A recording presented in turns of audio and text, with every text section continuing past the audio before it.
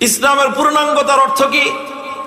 ইসলামের পূর্ণাঙ্গতার অর্থ হলো মানব জীবনের যতগুলো অধ্যায় রয়েছে, যতগুলো পার্ট রয়েছে, মানুষের জীবনের যত সেক্টর রয়েছে, মানব জীবনের প্রতিটি অধ্যায়ের ব্যাপারে, প্রতিটি পার্ট এবং সেক্টরের বিষয়ে ইসলামের পক্ষ থেকে মানব জাতির জন্য পূর্ণাঙ্গ নির্দেশনা রয়েছে। এই সকল নির্দেশনাগুলি মিলিয়েই ইসলাম।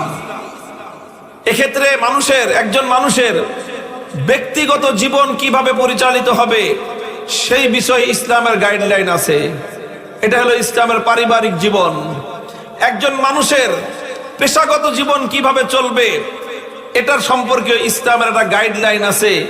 এটা হলো ইসলামের কর্মজীবন।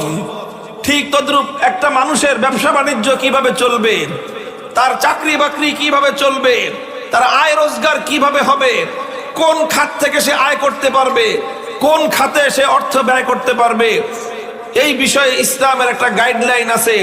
এটাকে বলা হয় ইসলামের অর্থনৈতিক জীবন। যেমনি ভাবে একটা মানুষের ব্যক্তিগত জীবন সম্পর্কে ইসলামের গাইডলাইন আছে।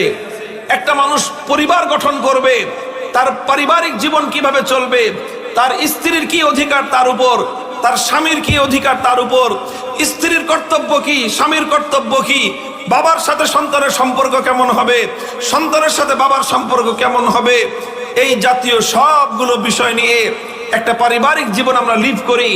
এই বিষয়ে ইসলামের একটা গাইডলাইন আছে। এটাকে বলা হয় ইসলামের পারিবারিক জীবন।